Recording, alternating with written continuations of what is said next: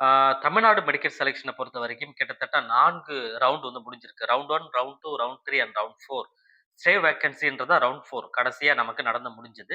இந்த after stay vacancy நடந்து முடிஞ்சதுக்கு அப்புறம், வேற ஏதாவது சீட் வேக்கன்ட் இருக்கா அப்படின்னு சொல்லி பார்த்தீங்கன்னா, நமக்கு நியூஸ் பேப்பர்ல வந்திருந்தது.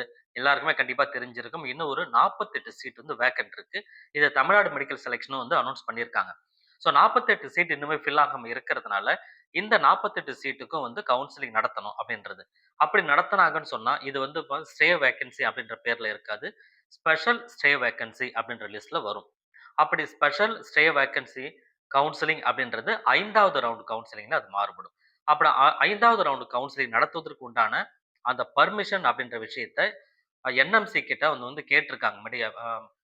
தமிழ்நாடு மெடிக்கல் செலக்ஷன் வந்து ரெக்வெஸ்ட்லாம் கேட்டிருக்காங்க. கண்டிப்பா அது கிடைக்கும். காரணம் என்ன அப்படின்னா, அ சீட் வேக்கன்ட்டா வச்சுட்டு காலேஜ ரன் பண்றது சிரமமா இருக்கும். சிரமம்ன்றது இல்ல. பட் சீட் இருக்கும்போது அத ஃபில் பண்ணணும் இல்லையா? அப்படி ஏன்னா சில பேர் வந்து ரிசைன்மென்ட் போயிருப்பாங்க. ஏதோ நடந்திருக்கலாம்.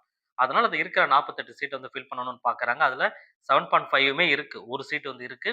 ஓவராலாவே இருக்கு நமக்கு 48 சீட் அப்படின்றதுனால, ஸ்பெஷல் ஸ்டே வேக்கன்சி வரும் அப்படின்னு சொல்லி நம்ம எதிர்பார்க்கிறோம்.